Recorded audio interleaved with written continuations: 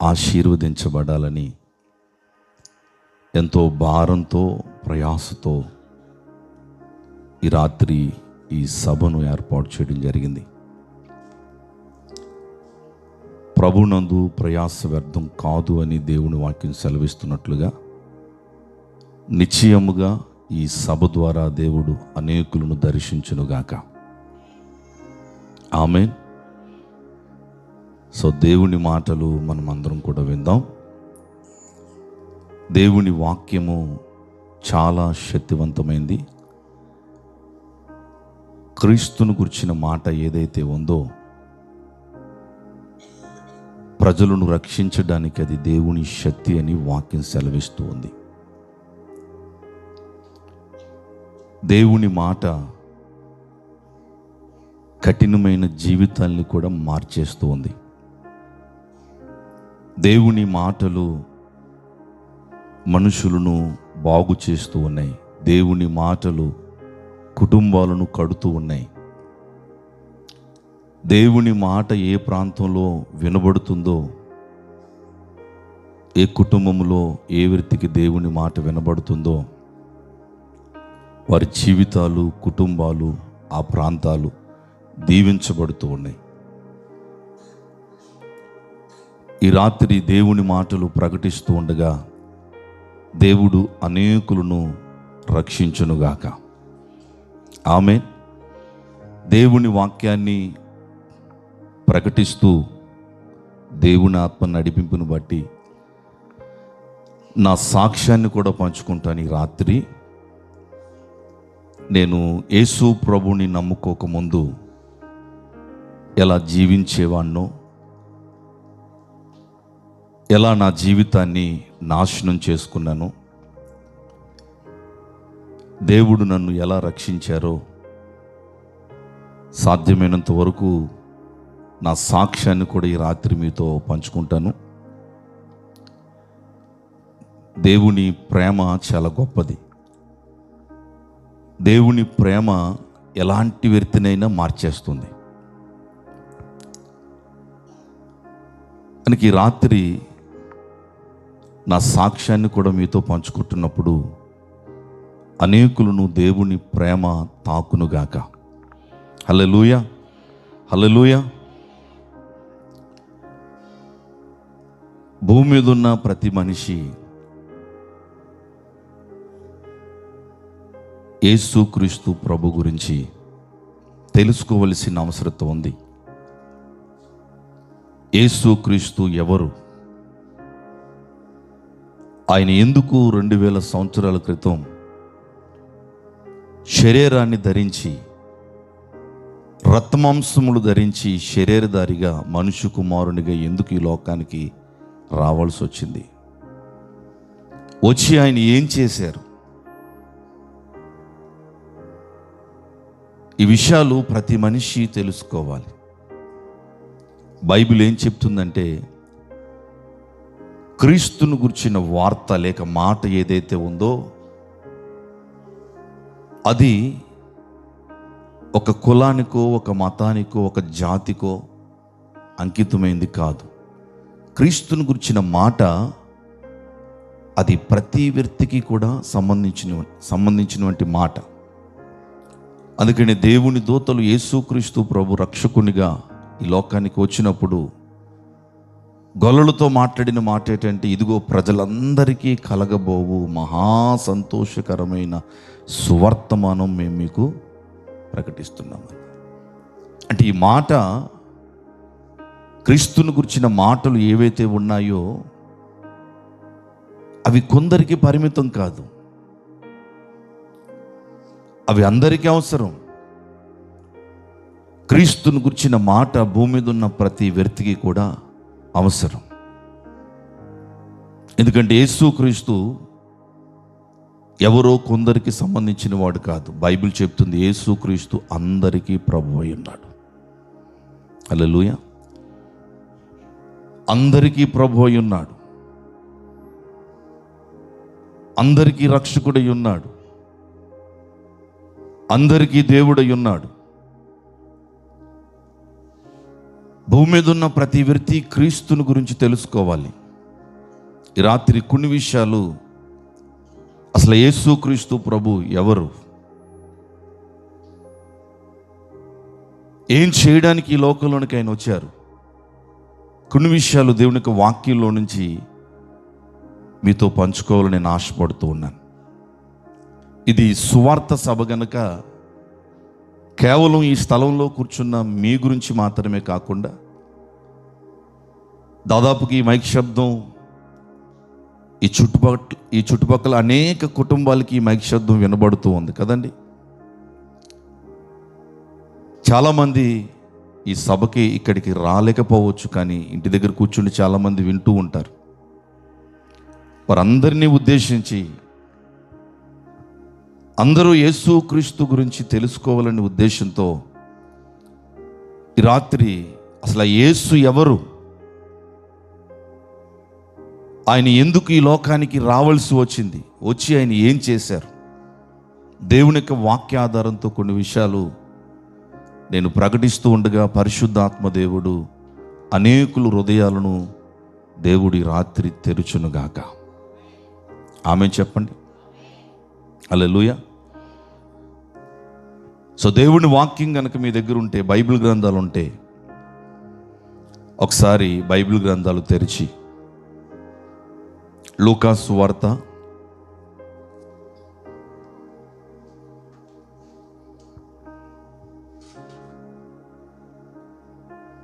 19వ అధ్యాయము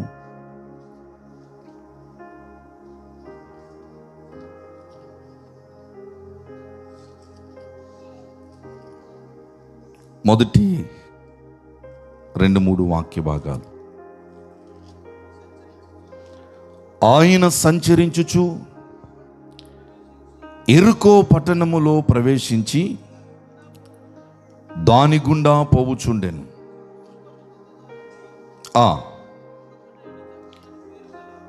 ధనవంతుడైన జక్కయ్యను పేరు గల ఒకడు యేసు ఎవరో అని చూడగోరెను గాని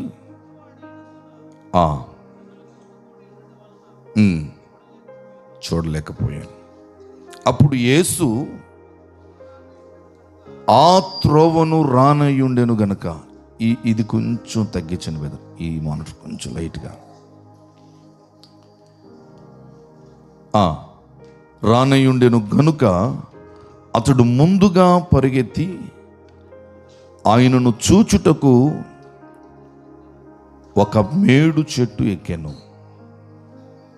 ఇంకొక వాక్య భాగం కూడా చదువుదాం, తర్వాత ఎక్కువగా లేఖనాలను చదివే అవసరత ఉండదు, ఒకసారి చదివేద్దాం.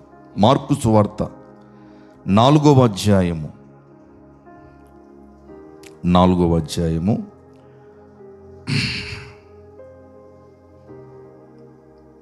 37 నుంచి చదవండి. అప్పుడు పెద్ద తుఫాను రేగి ఆయన ఉన్న ధోని మీద అలలు కొట్టినందున ధోని నిండిపోయెను. తల వాల్చుకొని నిద్రించుచుండెను. వారాయనను లేపి, బోధకుడా, మేము నశించిపోవచ్చున్నాము, నీకు చింత లేదా అని ఆయనతో అనిరి. అందుకైనా లేచి గాలిని గద్దించి నిశ్శబ్దమై ఊరుకుండమని సముద్రముతో చెప్పగా గాలి అణిగి మిక్కిలి నిమ్మలమాయెను. అప్పుడు ఆయన, మీరెందుకు భయపడుచున్నారు, మీరింకనూ నమ్మిక లేకయున్నారా అని వారితో చెప్పాను. వారు మిక్కిలి భయపడి, ఈయన ఎవరో, గాలియు సముద్రము ఈయనకు లోబడుచున్నవని ఒకరితో ఒకడు చెప్పుకొనిరి. ఈ సందర్భాన్ని మీరు గమనించగలిగితే,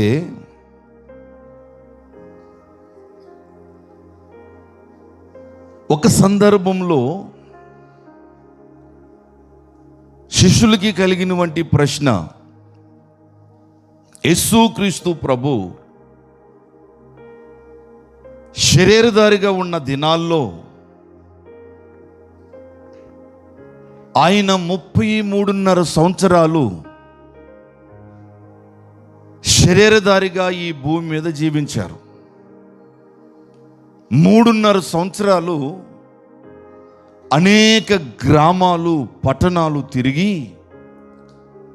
రాజ్య సువార్తను ప్రకటిస్తూ వచ్చారు. అనేకులకి విడుదలను కలిగించారు.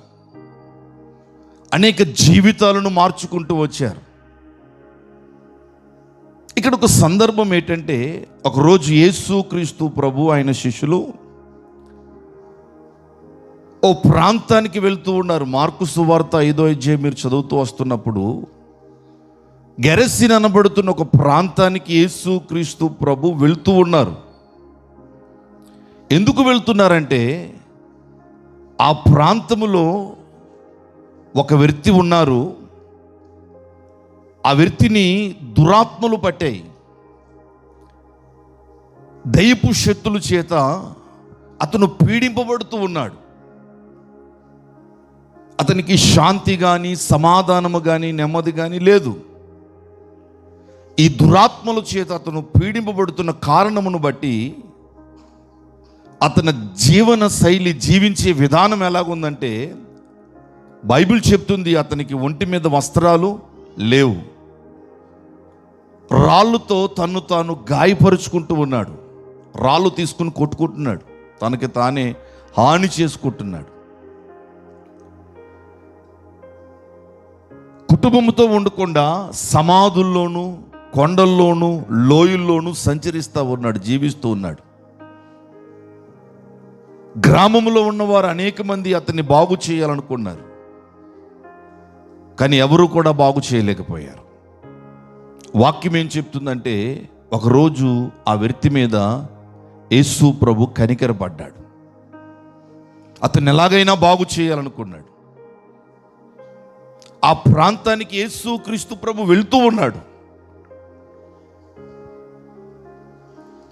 అలా వెళ్ళేటప్పుడు సముద్రంలో ప్రయాణం చేయవలసి వచ్చింది. ఆయనతో పాటు ఇంకా అనేకమైన పడవలు వెళ్తూ ఉన్నాయి. ఆయన కూడా ఒక దోణిలో ప్రయాణం చేస్తూ ఉన్నాడు. ఆయనతో పాటు శిష్యులు ఉన్నారు. వెళ్ళే ఆ ప్రయాణములో ఓ పెద్ద తుఫాను సముద్రంలో ఎదురైంది. అలలు చేత దోణి కొట్టబడుతూ ఉంది. ఇక దోణి పగిలి బద్దలయ్యి మునిగిపోద్దేమో అనే పరిస్థితి వచ్చింది. ఆయన శిష్యులందరూ కూడా కేకలు వేస్తున్నారు, అయ్యా మేము నశించిపోతున్నాం, మమ్మల్ని రక్షించు అని. యేసుక్రీస్తు ప్రభు లేచి, వాక్యం చెప్తుంది, గాలిని గద్దించాడు. హలో హలో మిక్కిలి నిమ్మలముగా ఉండు అని గాలిని గద్దించాడు. గాలితో మాట్లాడుతున్నాడు ఆయన. సముద్రపు పొంగుని గద్దించాడు ఆయన. ఆయన అలా మాట్లాడగానే ఆ మాటకి సముద్రం లోబడిపోయింది, గాలి లోబడిపోయింది, మిక్కిలి నిమ్మలమైపోయాయి. అప్పుడు ఆయనతో ఉన్న శిష్యులు భయపడి ఒకరితో ఒకరు మాట్లాడుకుంటున్నారు, ఈయన ఎవరు? గాలి, సముద్రం ఈయనకి ఎందుకు లోబడుతున్నాయి? ఈయన గాలిని గద్దించినప్పుడు, సముద్రాన్ని గద్దించినప్పుడు అవి లోబడ్డాయి, మిక్కిలి నిమ్మలమైపోయాయి, అవి తల వంచాయి. ఈయన ఎవరు? ఈయన ఎవరో అనే ఒక ప్రశ్న ఆయనతో పాటు తిరిగే శిష్యుల హృదయంలో కలిగింది. మీరు ఇందాక లూకాసు వార్త 19వ అధ్యాయం చదివినప్పుడు అక్కడ జక్కయ్య అనే ఒక వ్యక్తికి కూడా ఇదే సందేహం. ఆ ధనవంతుడైన జక్కయ్యకి ఆయన మనసులో వచ్చిన ప్రశ్న ఏంటంటే, యేసుక్రీస్తు ప్రభు గురించి అనేక మంది మాట్లాడుకుంటూ ఉంటే, కాళ్ళ దగ్గరికి ప్రసాద్ మాట్లాడుకుంటూ ఉంటే, గ్రామాలు, పట్టణాలు అనేకులు క్రీస్తుని గురించి సంభాషణ చేస్తూ ఉంటే ఆయన విని, ఈ యేసు ఎవరు? ఎందుకు యేసుని గురించి అనేకులు మాట్లాడుకుంటున్నారు? ఎందుకు అనేకులు యేసుని వెంబడిస్తున్నారు? గ్రామాలు గ్రామాలు యేసు దగ్గరికి ఎందుకు వెళ్ళిపోతున్నాయి? అసలు యేసు ఎవరు, ఆయన ఎవరో అని చూడాలనుకున్నాడంట ఈ జక్కయ్య. అంటే ఇతని మనసులో కూడా యేసు ఎవరో తెలుసుకోవాలని ఒక ఆశ లేక ఒక ఆలోచన వచ్చింది. ఆ రోజు శిష్యులకి కూడా అసలు ఈయనెవరు, ఆయనకి దూరంగా ఉండే జక్కయ్యకి అదే ఆలోచన వచ్చింది. ఆయనకి దగ్గరగా ఉండి ఆయనతో ప్రయాణం చేసే శిష్యులకు కూడా అదే ఆలోచన వచ్చింది, అసలు ఈయన ఎవరు. ఈ రోజుకి కూడా అనేకులు మనసుల్లో అసలు యేసు ప్రభు ఎవరు, ఎందుకు అందరూ ఆయన నమ్ముకుంటున్నారు, ఎందుకు అందరూ ఆయన వెంబడిస్తున్నారు,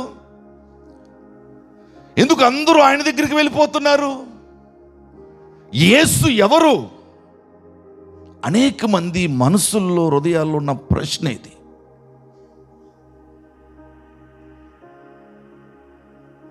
వారికి జవాబు అంటే యేసు ఎవరో అనే జవాబు బైబిల్ చెప్తుంది. చేతుల పైకి ఎత్తి స్తోత్రం చెప్పండి, హల్లెలూయా. కొందరికి యేసు ఎవరు అనే ప్రశ్న ఉండొచ్చు, కొందరికి ఉండకపోవచ్చు.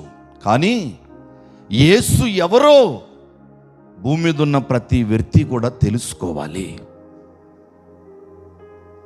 నిజంగా యేసు ఎవరో ఒక వ్యక్తి వినగలిగితే, యేసు ఎవరో తెలుసుకోగలిగితే, యేసు ఎవరో అర్థమైతే, ఇక యేసుని అంగీకరించకుండా, యేసుని వెంబడించకుండా, యేసు కొరకు బ్రతకకుండా ఆ వ్యక్తి ఉండలేడు. మీరు ఎందుకు యేసు ప్రభుని నమ్ముకున్నారు, యేసు ప్రభు మందిరానికి ఎందుకు వెళ్తున్నారు, యేసు ప్రభుని ఎందుకు వెంబడిస్తున్నారు అంటే అతనికి యేసు ఎవరో అర్థమైంది. ఇంకా వీళ్ళు ఎందుకు యేసు క్రీస్తుని వెంబడించలేకపోతున్నారు, అంగీకరించలేకపోతున్నారు అంటే వారికి ఇంకా యేసు ఎవరు అర్థం కాలేదు. యేసు ఎవరో ప్రకటించవలసిన బాధ్యత, భారం దేవుని పిల్లలుగా మా మీద ఉంది. యేసు ఎవరో వినవలసిన బాధ్యత భూమి మీద ఉన్న ప్రతి వ్యక్తికి కూడా ఉంది. ఎందుకంటే వినాలి. ఈ రాత్రి యేసు ఎవరు, ఎందుకు ఇలా స్టేజ్ వేసి మైకులు పెట్టి క్రీస్తుని గురించి ప్రకటించవలసిన అవసరం ఎందుకు, అసలు యేసు ఎవరు? ఒకరోజు యేసు క్రీస్తు ప్రభు కూడా శిష్యులతో ఇలా మాట్లాడుతూ వచ్చారండి. అబ్బాయి ఇలా రండి అన్నాడు. అందరూ వచ్చారు. నేను ఎవరైనా అందరూ అనుకుంటున్నారు, నేను ఎవరని ప్రజలు అనుకుంటున్నారు. నా గురించి గ్రామంలో ఎలాంటి సంభాషణ జరుగుతుంది, ఏమనుకుంటున్నారు మన గ్రామంలో ఉన్న ప్రజలందరూ నా విషయమే అని యేసుప్రభు అడిగాడు. అడిగితే కొందరు అన్నారు, అంటే మిమ్మల్ని గురించి ఏమనుకుంటున్నారంటే, కొందరు ఆయన ఒక ప్రవక్త, ఆయన ఒక ప్రవక్త అని కొందరు అనుకుంటున్నారయ్యా అన్నారు. ఓకే, నన్ను ప్రవక్త అనుకుంటున్నారా? Okay, right. ఇంకేమనుకుంటున్నారు? మరికొందరు ఆయన ఇర్మియా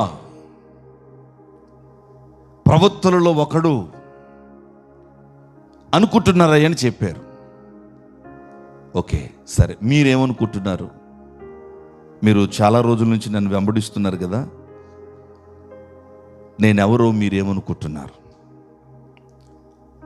ఒక పెద్ద ఆయన లేచి అంటాడు, అయ్యా, నువ్వు పరిశుద్ధుడు అయిన దేవుని కుమారుడు అయి ఉన్నావు. హల్లెలూయా. నువ్వు పరిశుద్ధుడు అయిన దేవుని కుమారుడు అయి ఉన్నావు. నీవు దేవుని కుమారుడివి, సాక్షాత్తు నువ్వు దేవుడివే అని ఒక వ్యక్తి చెప్పాడు. పరలోకంలో ఉన్న నా తండ్రి ఈ విషయాన్ని నీకు బయలుపరిచాడు. హల్లెలూయా. నువ్వు ధన్యుడివి పేతురు అన్నాడు. ఆయన పేరు పేతురు. యేసు క్రీస్తు ప్రభు ఎవరో ప్రతి వ్యక్తి తెలుసుకోవాలి.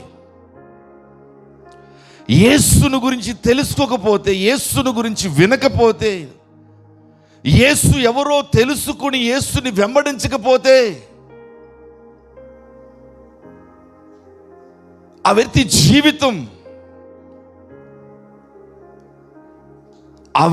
జీవితం యొక్క గమ్యం చాలా భయంకరంగా ఉంటుంది.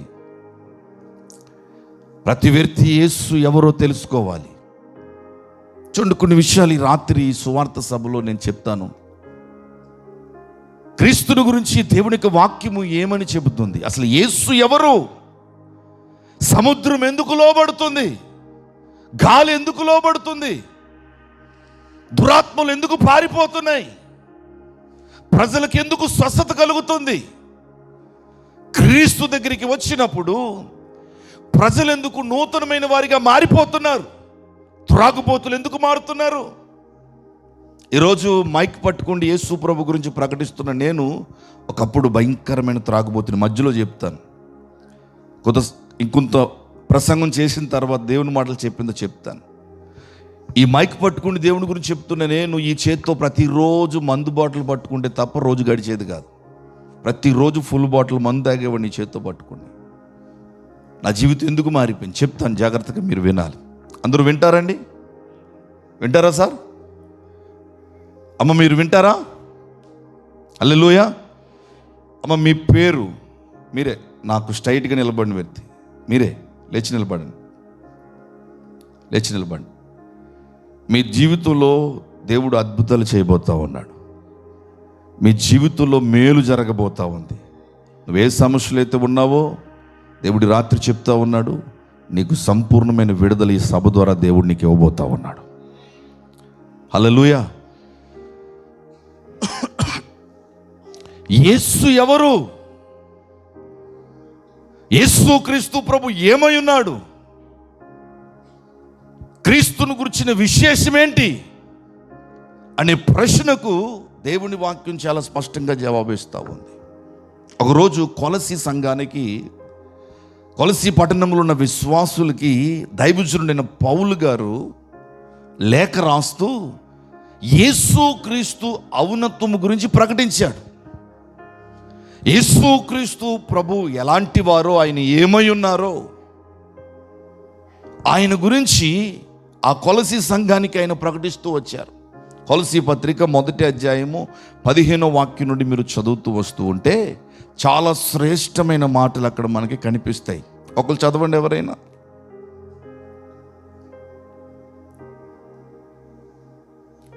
కొలసి పత్రిక 1వ అధ్యాయము 15వ వాక్యం నుండి చదువుతున్నప్పుడు, ఆయన అనగా ప్రభు అయిన యేసు క్రీస్తు వారు అదృశ్య దేవుని స్వరూపి, సర్వ సృష్టికి ఆది సంభూతుడునై ఎలయనగా ఆకాశమందు ఉన్నవి కానీ భూమి మీద ఉన్నవి కానీ దృశ్యమైనవంటే కనులకి కనిపించేవి, అదృశ్యమైనవంటే కనులకి కనిపించకుండా ఉండేవి. అవి సింహాసనములైనను, ప్రభుత్వములైనను, ప్రధానులైనను, అధికారులైనను సర్వము ఆయన యందు సృజింపబడెను. సర్వమును ఆయన ద్వారా ఆయనను బట్టి సృజించబడెను. ఆయన అన్నిటికంటే ముందున్నవాడు, ఆయనే సమస్తమునకు కూడా ఆధారభూతుడు. చేతుల పైకి ఎత్తి ఒకసారి దేవునికి వందనాలు చెప్పండి. దేవుని బిడ్డలందరూ కూడా.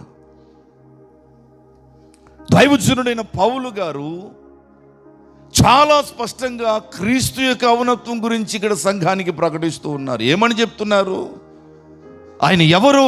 అదృశ్య దేవుని స్వరూపి అయి సర్వ సృష్టికి కూడా ఆది సంభూతుడై ఉన్నాడు.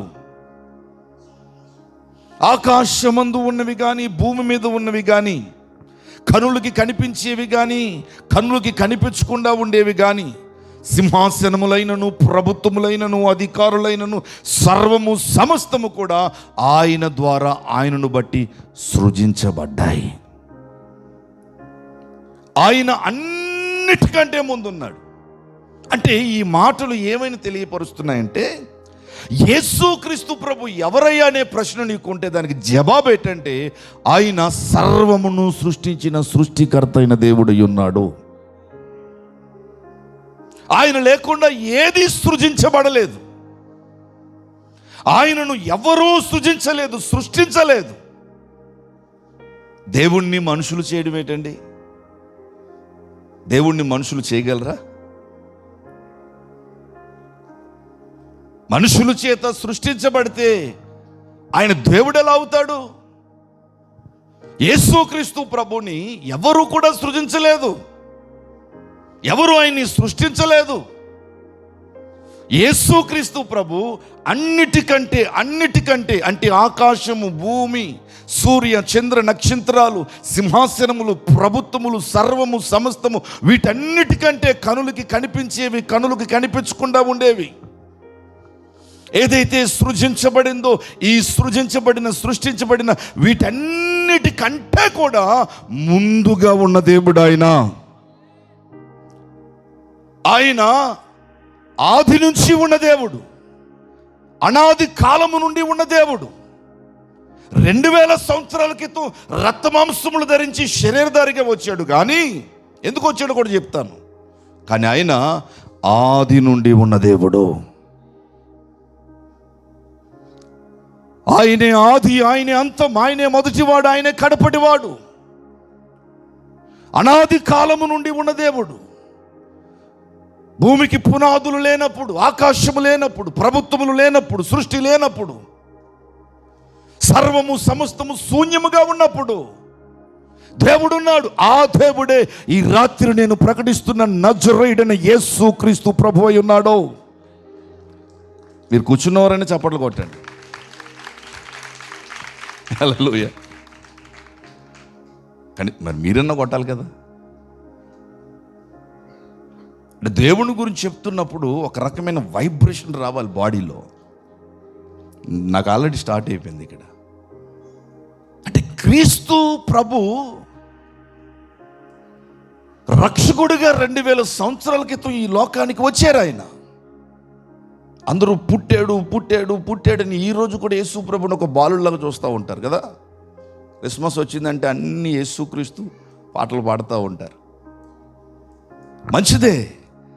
కానీ ఆయన వచ్చాడు, పుట్టడం కాదు, వచ్చాడు ఈ లోకానికి రక్షకునిగా రాక ముందు నుంచి కూడా ఆయన ఉన్నాడు. ఎప్పటి నుంచి ఉన్నాడు? ఆది నుండి ఉన్నాడు, అనాది కాలము నుండి ఉన్నాడు. అన్నిటికంటే మొదటిలో ఆయనే ఉన్నాడు. ఆయన ఎవరూ సృష్టించలేదు, ఆయన సర్వాన్ని కూడా సృష్టించాడు. యేసు ఎవరంటే సృష్టికర్త అయిన దేవుడై ఉన్నాడు. సృష్టికర్త అయిన దేవుడై ఉన్నాడు. ఆయన భూమిని సృజించింది ఆయన, ఆకాశాన్ని సృష్టించింది ఆయన, సూర్య చంద్ర నక్షత్రాలను సృష్టించింది ఆయన, సముద్రమును గాలిని సృష్టించింది ఆయనే. అందుకనే సముద్రం ఆయనకి తల వంచింది, గాలి ఆయనకి తల వంచింది. ఎందుకంటే అవన్నీ కూడా దేవుని సృష్టి, దేవుని చేత సృష్టించబడ్డాయి. యేసు క్రీస్తు ప్రభు సృష్టికర్త అయిన దేవుడు, అందరితో పాటు ఒక వ్యక్తి కాదు. ఆయనే నిజమైన దేవుడై ఉన్నాడు, నిజమైన దేవుడై ఉన్నాడు, సృష్టికర్త అయిన దేవుడై ఉన్నాడు.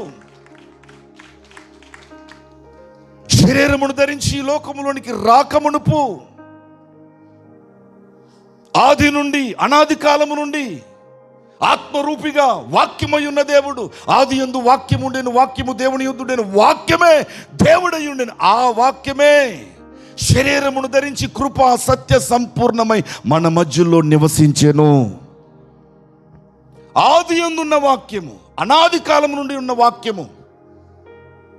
కొంతమంది సైంటిస్టులు ఎలా ఈ సృష్టి కలిగింది అని ఆలోచన చేస్తూ ఉంటే వారికి వచ్చిన ఒక ఆలోచన ఏంటంటే, ఎప్పుడో అనాది కాలములో, ఆది కాలములో శూన్యములో, సృష్టిలో ఒక పేలుడు జరిగింది.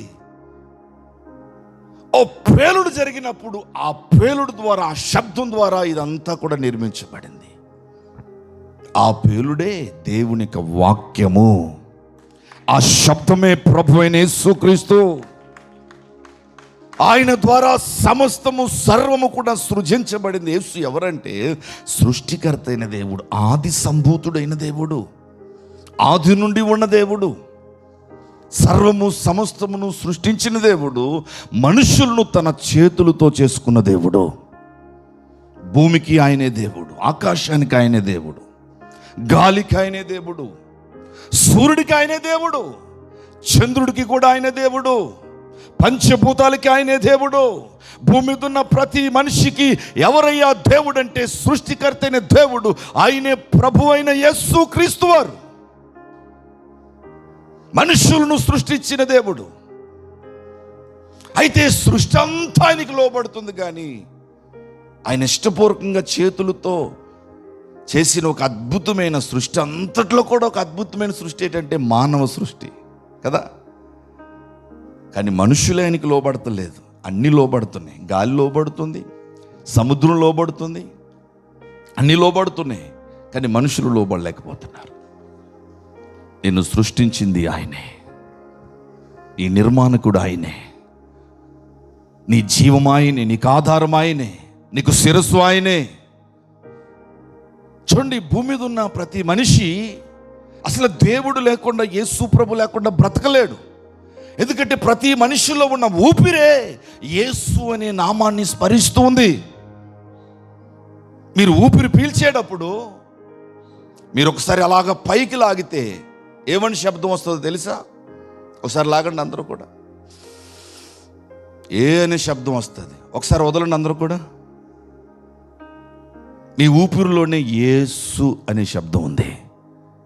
నాకు యేసే వద్దని ఎవరైనా అంటే ముక్కు మూసుకోవాలి. ముక్కు మూసుకుంటే 3 నిమిషాల్లో చచ్చిపోతాడు.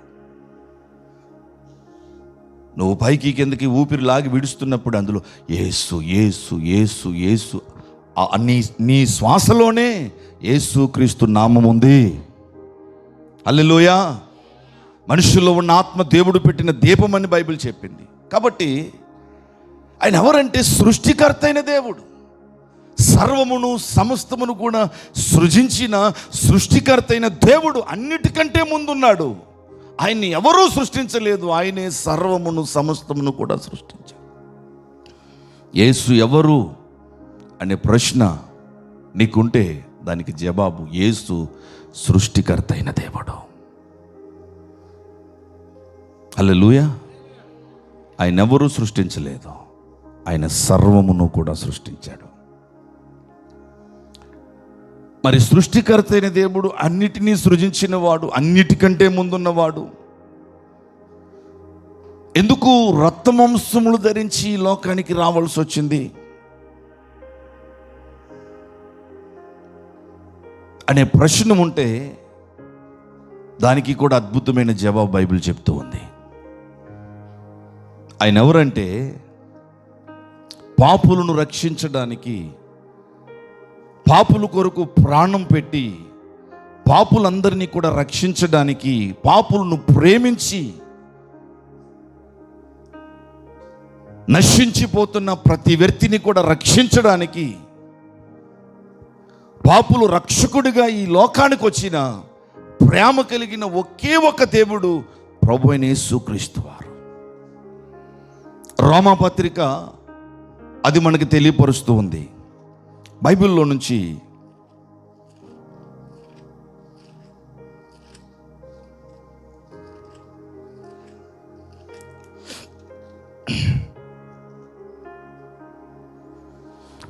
ఐదో అధ్యాయము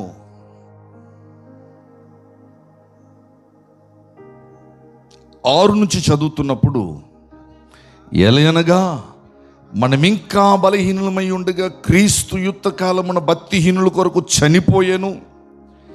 నీతిమంతుని కొరకు సహితము ఒకడు చనిపోవట అరుదు. మంచివాని కొరకు ఎవడైనా ఒకవేళ చనిపోవ తెగింపవచ్చును. అయితే దేవుడు మన ఎడల తన ప్రేమను వెల్లడిపరచుచున్నాడు. ఎట్లనగా మనం ఇంకను పాపులమై ఉండగానే క్రీస్తు మన కొరకు చనిపోయెను. కాబట్టి ఆయన రక్తము వలన ఇప్పుడు నీతిమంతులముగా తీర్చబడి మరింత నిశ్చయముగా ఆయన ద్వారా ఉగ్రత నుండి రక్షింపబడతాము. ఇక్కడ యేసు ఎవరు అని ఆలోచన చేసే ఆలోచనకి వచ్చే సమాధానం ఏంటంటే, యేసు క్రీస్తు ప్రభు ఎవరు అంటే పాపులను రక్షించడానికి రక్షకుడిగా ఈ లోకానికి వచ్చిన ఒకే ఒక్క దేవుడు, ప్రేమ కలిగిన దేవుడు. చూడండి, భూమి మీద నీతిమంతుడు లేడు, ఒక్కడు కూడా లేడు. అందరూ అంతటా పాపము చేసి దేవుడు అనుగ్రహించు మహిమను పొందలేకపోతున్నారు. దేవుడు మనుష్యులను తన చేతులతో చేసుకున్నాడు. దేవుడు తన ఆత్మను ప్రతి మనిషిలో ఉంచాడు.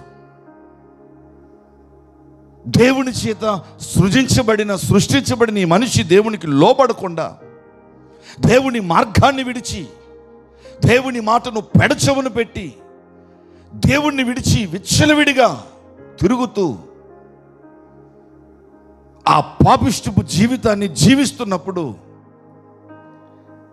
ఆ పాపం మనిషికి ఏం తీసుకొచ్చింది అంటే మరణాన్ని తీసుకొచ్చింది. ప్రతి మనిషి పాపం వలన వచ్చే జీతం మరణం గనక మరణానికి మరణపాత్రుడిగా మారిపోయాడు. మనుషులు పాపములో పుట్టి పాపములోనే పెరిగి పాపములోనే చనిపోయి పాపం వలన వచ్చే జీతం మరణం గనక మరణంలోనికి వెళ్ళిపోతున్నారంటే అందరికీ సంభవించే మరణం కాదు. శరీరాన్ని ఆత్మ విడిచి వెళ్ళిపోతుంది. మనమందరం దాన్ని మరణం అంటాం. అది అందరికీ వస్తుంది. ఏదో ఒక సమయంలో దేవుణ్ణి నమ్మిన వారైనా నమ్మలేని వారైనా ఏదో ఒక సమయంలో ఈ లోకాన్ని, కుటుంబాన్ని, దేహాన్ని విడిచి వెళ్ళిపోవాలి. మనమందరం ఇది మరణం అనుకుంటున్నాం, కానీ ఇది మరణం కాదు. మరణం అని దేన్ని బైబిల్ సంబోధించిందంటే, మరణం అంటే ఈ మనిషిలో ఉన్న ఈ ఆత్మ ఏదైతే ఉందో ఈ ఆత్మ ఆరని అగ్నిలోనికి వెళ్ళిపోవడం. ఆరని అగ్నిలోనికి ఎప్పుడైతే ఆత్మ వెళ్తుందో అక్కడ నిరంతరం ఏడుపు, పళ్ళు కొరకడం, ఆ బాధ వర్ణించలేంది. నీ శరీరానికి ఇంత అగ్ని కాలితే నువ్వు చాలా బాధపడతావు. కారణం ఏంటంటే నీ శరీరం లోపల ఆత్మ ఉంది కాబట్టి. ఆత్మ శరీరాన్ని విడిచి వెళ్ళిపోతే అనేకులు శరీరాన్ని తగలబెడతారు. అప్పుడు ఏదైనా బాధ ఉంటుందా అంటే బాధ శరీరానికి కాదు, ఆత్మకి. ఈ ఆత్మ నరకానికి వెళ్ళినప్పుడు ఆ నరకములో ఆ ఆరని అగ్నిలో పురుగు అగ్ని ఆరదు, పురుగు చావదని బైబిల్ చెప్తున్నట్లుగా నిరంతరం యుగయుగాలు ఈ ఆత్మ కాలుతూ ఉంటే అది వర్ణించలేని బాధ. అనేకులు తమ పాపం వలన నరకాన్ని తెచ్చుకున్నారు వారి జీవితంలోనికి. అందరికీ మరణం ప్రాప్తించింది, అందరూ మరణంలోనే ఉన్నారు. ఈ మరణములో ఉన్న ప్రజలను అనేకులు చూస్తున్నారు, కానీ ఈ మరణములో నుండి ప్రజలను రక్షించడానికి ఎవరు కూడా ముందుకు రాలేదు. అయితే పాపములో పుట్టి పాపములో పెరిగి పాపములో చనిపోతున్న ఈ మానవ జాతిని ప్రేమిస్తున్న ఒకే ఒక దేవుడు ఆయనేనండి, ప్రభు అయిన యేసుక్రీస్తు వారు. ఆయన ఏం చేశారంటే ఈ పాపుల కొరకు, ఈ పాపములో జీవిస్తున్న భక్తిహీనుల కొరకు ఇక్కడ ఏమని రాయబడిందంటే, ఏలయనగా మనం ఇంకనూ బలహీనమై ఉండగా క్రీస్తు యుద్ధ కాలమున భక్తిహీనుల కొరకు చనిపోయాను. యేసుక్రీస్తు ప్రభు ఈ లోకానికి రక్తమాంసములు ధరించి వచ్చి శరీరముతో ప్రతి మనిషి చేసిన పాపమునకు శిక్ష ఆయన శరీరం మీద వేసుకున్నాడు. ఉంటున్నారా? నిద్రపోతున్న తల్లి లేపండి అమ్మ, కొంచెం. అమ్మ మీకు వందనాలు. అలా చూడమాకండి, వాళ్ళు నన్ను తిట్టుకుంటారు. చేతులు పైకి ఒకసారి దేవునికి స్తోత్రం చెప్పండి. వీళ్ళందరూ చీకట్లో ఉన్నారు, మరి మెలకుగా ఉన్నారు, నిద్రపోతున్నారు, మనకు తెలియదు. వీళ్ళందరూ ధన్యులు. వింటున్నారా? ఈ సువార్త వింటున్నారా? వింటున్నారండి? మనిషి శరీరముతో చేసిన పాపానికి శిక్ష యేసు ప్రభు తన శరీరం మీద వేసుకున్నాడు. పాపం వలన వచ్చే జీతం మరణం. ఆ మరణ శిక్ష మనలను ప్రేమిస్తున్న యేసుక్రీస్తు ప్రభు ఆయన శరీరం మీద వేసుకున్నాడు. వాస్తవానికి యేసుక్రీస్తు ప్రభుకి శరీరము లేదు. మన వలె రక్తమాంసములు ఉంటాయి ఆ దేవునికి? చెప్పండి, అసలు ఉండవు. మరి ఎందుకు రక్తమాంసములు ధరించి శరీరధారి అయి మనుష్య కుమారునిగా ఉంటున్నారా? ఒక కన్యక గర్భం ద్వారా ఎందుకు ఈ భూమి మీదకి ఒక బాలుడిగా సాక్షాత్తు దేవుడు రావాల్సి వచ్చింది? 33.5 సంవత్సరాలు ఎందుకు ఎదిగాడు? చివరి దినాల్లో ఎందుకు ఆయన చేతులకి మేకులు కొట్టబడ్డాయి? ఎందుకు ఆయన తల భాగంలో ముళ్ళ కిరీటం పెట్టబడింది? ఎందుకు ఆయన వీపు దున్నబడింది? ఎందుకు ఆయన పక్కలో బల్లిమ పోటు పొడవబడింది? ఎందుకు సిలువ రాణి మీద ఒక శాపభరితమైన మరణాన్ని రుచి చూచాడంటే ఆయన పాపముల చేత అపరాధముల చేత చచ్చిన స్థితిలో ఉన్న ప్రతి వ్యక్తిని బ్రతికించడానికి ఆయన సిలువ రాణి మీద చనిపోయాడు. ఎవరయ్యా యేసుక్రీస్తు ప్రభు అంటే? ప్రతి వ్యక్తిని ప్రేమిస్తున్న దేవుడు. ప్రేమిస్తున్నానని నోటితో చెప్పలేదు, తన ప్రేమను వెల్లడి చేశాడు. ఎలా? నీతిమంతుని కొరకు ఒకవేళ ఎవడైనా చనిపోవడానికి తెగిస్తాడేమో, కానీ భక్తిహీనుని కొరకు, పాపుల కొరకు, తాగుబోతుడి కొరకు, తిరిగిపోతుడి కొరకు ఎవరైనా చనిపోతారా? ఎవరో చనిపోరు. కానీ యేసు ప్రభు చనిపోయాడు. దానికి కారణం ఏంటో తెలిసినా? ప్రతి వ్యక్తిని ఆయన ప్రేమిస్తున్న దేవుడు. యేసు వలె మనుషులను ప్రేమించేవారు ఎవరూ లేరు. నువ్వు భక్తిహీనుడువా, దుర్మార్గుడువా, త్రాగుబోతాడువా, తిరుగుబోతాడువా, వ్యభిచారివా, దొంగవా, లోకమంతా నిన్ను వెలివేసిందా? సువార్త ఏంటో తెలుసా? అయినా నీలాంటి వ్యక్తిని యేసు ప్రభు ప్రేమిస్తా ఉన్నాడు. ఆయన ప్రేమించే దేవుడై ఉన్నాడు. ఎలాంటి వ్యక్తిని ఆయన యేసుక్రీస్తు ప్రభు ప్రేమిస్తాడు? ఆయన వలె ప్రజలను ప్రేమించగలిగిన వారు ఎవరు కూడా లేరు. ఎవరండి యేసు ప్రభు అంటే? ప్రజలను ప్రేమించే దేవుడు. ప్రేమని మాటల్లో చెప్పే దేవుడు కాదు, ప్రేమని క్రియల్లో చూపించిన దేవుడు. భక్తిహీనుల కొరకు యుద్ధ కాలమున సిలువ రాణి మీద చనిపోయిన ఒకే ఒక దేవుడు. మనుషులు చేతులతో చేసిన పాపాలకి ఆయన చేతుల్లో మేకులు కొట్టబడ్డాయి. మనుషులు చెడు తిరుగులను బట్టి ఆయన కాళ్ళకి మేకులు కొట్టబడ్డాయి. మనుషులు చెడు తలంపులను బట్టి ఆయన తల భాగంలో ముళ్ళ కిరీటం పెట్టబడింది. మనుషుల యొక్క చెడు పడకలను బట్టి ఆయన పక్కలో బల్లిము పోటు పొడవబడింది. ఆయన ముఖం మీద ఉమ్ము వేయబడింది. ఆయన ముఖం మీద పిడిగుద్దులు గుద్దబడ్డాయి. ఆయన గెడ్డం పెరికించబడింది. మనుషులు చూడనొల్లని వాణిగా సిలువ రాణి మీద యేసు మారిపోయాడు. ఒక శాపభరితమైన మరణాన్ని రుచి చూచాడు. శాపములో ఉన్న ప్రతి వ్యక్తిని విడిపించడానికి, ప్రతి పాపిని ప్రేమిస్తున్న యేసుక్రీస్తు ప్రభు తన మరణము ద్వారా తన ప్రేమను వెల్లడి చేశాడు. ఎవరున్నారు చెప్పండి? మనుషులను అంతగా ప్రేమించే దేవుడు ఎక్కడైనా మీరు చూసారా? యేసు వలె మనుషులను ప్రేమించే దేవుడు ఎవరు కూడా లేరు. ప్రతి మనిషి కొరకు యేసు చనిపోయాడు. యేసు ప్రభు ఎందుకు పుట్టాడో తెలుసా? మనుషుల కొరకు చనిపోవడానికి. మనుషులు పాపం వలన వచ్చే శిక్ష ఆయన శరీరం మీద వేసుకోవడానికి. చచ్చిపోయిన వాళ్ళందరినీ కూడా బ్రతికించడానికి, మనుషులందరి కొరకు ప్రాణం పెట్టడానికి ఆయన పుట్టాడు. ఆయన ఈ లోకానికి వచ్చాడు. సో ఆయన ప్రేమ కలిగినటువంటి దేవుడు. నీ ప్రవర్తన మారిపోతే నీ భార్య ప్రేమలో మార్పు వచ్చేస్తుంది. అవునా? మంచివాడిని అందరూ ప్రేమిస్తారు. తాగుబోతులను ఎవరైనా ప్రేమిస్తారండి? కోపిష్ఠులను ప్రేమిస్తారా? వ్యభిచారులను ప్రేమిస్తారా? దొంగలను ప్రేమిస్తారా? చెడిపోయిన వారిని ప్రేమిస్తారా? పాడైపోయిన వారిని ప్రేమిస్తారా? కానీ యేసుక్రీస్తు ప్రభు భూమి మీద ఉన్న ప్రతి వ్యక్తిని ప్రేమించే దేవుడు. ఎంతగా ప్రేమిస్తున్నాడు యేసు ప్రభు అంటే, ప్రతి వ్యక్తి కొరకు, నీ కులం ఏదైనా, వర్గం ఏదైనా, జాతి ఏదైనా, భూమి మీద ఉన్న ప్రతి వ్యక్తి కొరకు ప్రాణం పెట్టిన ఒకే ఒక్క దేవుడు, ప్రేమ కలిగిన దేవుడు ప్రభు అయిన యేసుక్రీస్తు మాత్రమే. ఇంకెవరూ లేరు.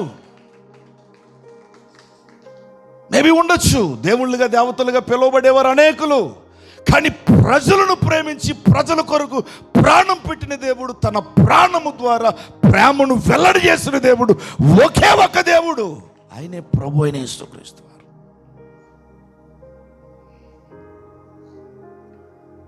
ఎలా చెప్పగలరన్నా మీరు? ఆ ప్రేమను అనుభవించాను కాబట్టి చెప్పగలను. హల్లెలూయా. ఆ ప్రేమ ద్వారా రక్షించబడ్డాను కాబట్టి చెప్పగలను.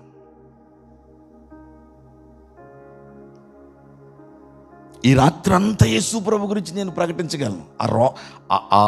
ఎందుకంటే నేను దాన్ని అనుభవిస్తాను కాబట్టి నాకు అది ఇష్టం. క్రీస్తుల గురించి మాట్లాడుతుంటే నా బాడీ ఒక రకమైన వైబ్రేషన్కి గురైపోద్ది. రాత్రంతా కాదు, రోజులు తడబడి నేను చెప్పగలను. ఎందుకంటే యేసు ప్రభువే లేకపోతే ఈరోజు ఈ శ్యామ్ కుమార్ అనే బ్రతుకు లేదు. ఎవరు? యేసుక్రీస్తు ప్రభు. యోహాను సువార్తలోనికి రండి. 3వ మాట నేను చెప్తాను. చాలా విషయాలు చెప్పచ్చు. చివరిలో మీ అందరి కొరకు నేను ప్రార్థన చేస్తాను. ఈ రాత్రి నేను ప్రకటిస్తున్న యేసుక్రీస్తు ప్రభు నేటికి కూడా సజీవంగా ఉన్న దేవుడై ఉన్నాడు. హల్లెలూయా.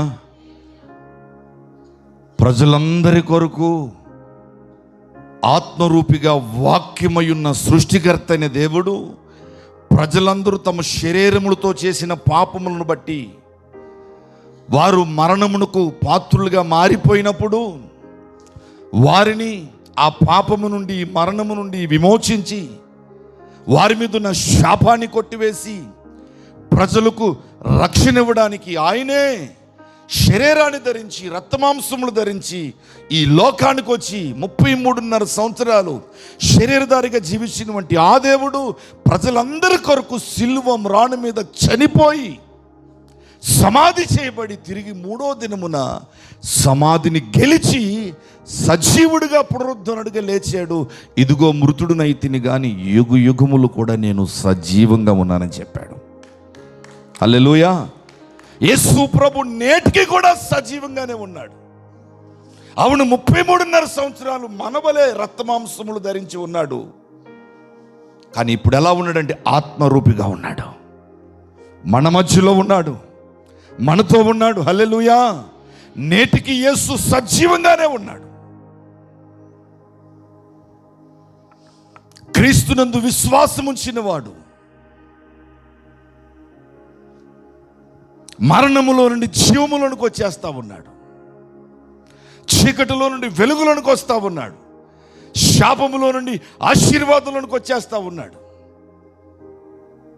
క్రీస్తునందు విశ్వాసం ఉంచిన వాడు మరణించినా ఒకరోజు తిరిగి లేపబడుతున్నాడు, నిత్యత్వంలోనికి వెళ్ళిపోతున్నాడు. యేసు ప్రభు సజీవుడైన దేవుడై ఉన్నాడు. యోహాను సువార్త